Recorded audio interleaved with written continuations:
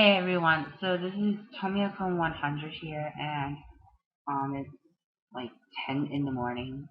But this is actually a review with the current and a new card from Rampage of the Beast Kings or Beast um for Pale Moon. So let's start off with Girl Who Crossed the Gap. Okay, so you may think that it's not a really great card, but you'll see sooner or later within the other new cards that came in on the skills that you take it out of the rear guard when you ride another tail moon, and then you later in game you can counterblast, put this card into the soul, and then choose another card and take that out.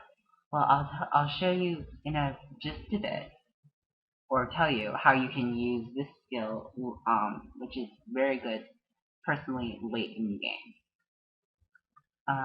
So next, I just want to tell you guys everything about the card Purple Trapezist.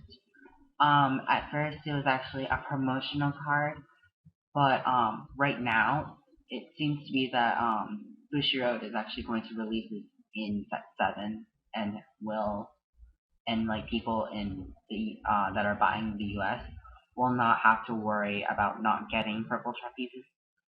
But unfortunately, we have to wait like a little bit longer, like 2 months longer, internationally to get cards. Now, another new card is Bullseye Mia or Accurate Mia. It's kind of the same thing as Succubus of Courtship. If you boost and it hits the Vanguard, like boosting Pale Moon, obviously, respective clans for this, you get a soul charge one. I would suggest that you always put this below your Vanguard if you're playing Pale Moon, because you really need to soul charge, and that card is coming up for that reason. The reason why you want Bullseye Mia is because of the new limit break card, Silver Thorn Dragon Tamer Lequier. Now, as I mentioned earlier about why Girl Who Crossed the Gap is actually a very good late in the game card, personally to me, is of her limit break. So when you limit break, well, technically it's also from her other skill, which is auto. So when you limit break, you counterblast 3, and you can choose choose 4 cards from your soul, one of each grade, and put them into like separate rear guard circles, which don't have to be empty. And the other thing about why this card is actually really great is that she gains an actual of 3,000 cards per card that comes out from the soul. So, Girl Who Crossed the Gap. Um, so, for say that you have 5 damages, and your opponent has a lot of cards, like 6 cards, or 5 cards, or 4 cards that they can block, um, but they don't have a null guard, just saying, no null guard. So when it's your main phase, you go and you use one counterblast by using Cross, a Girl Who Crossed the Gap, take out maybe Juggler to replace a spot, and then you use Limit Break.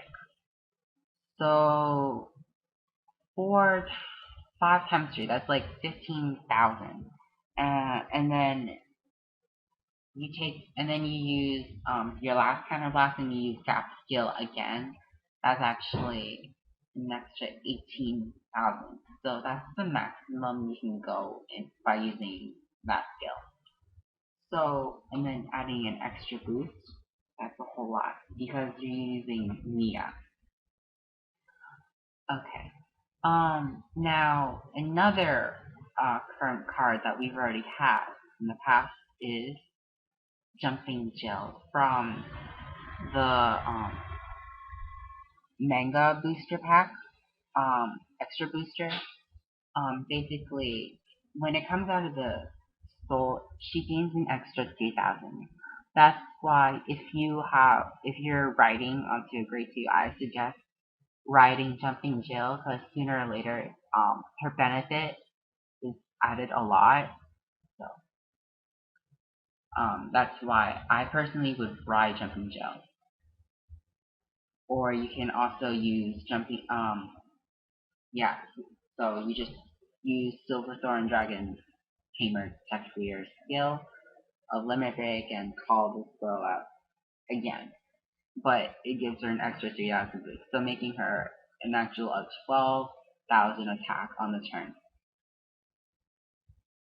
But I just want to double check with you guys that Limit Break is inactive, but it cannot happen during a battle phase. It has to happen during your main phase 1.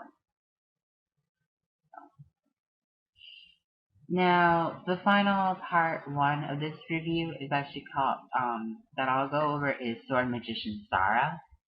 She actually has the similar skills to, Siegfried, which is from Spike Brothers. So you basically, it has the auto of gaining an extra 3,000 when being boosted by its respective clan, and also you get to call out another grade 3, but you have to make sure it's an empty grade a rear guard like Separate, General Separate. So, but instead from calling it from your hand that you just drew check, you're actually going to be taking it out from the soul. So per se that you're actually going to be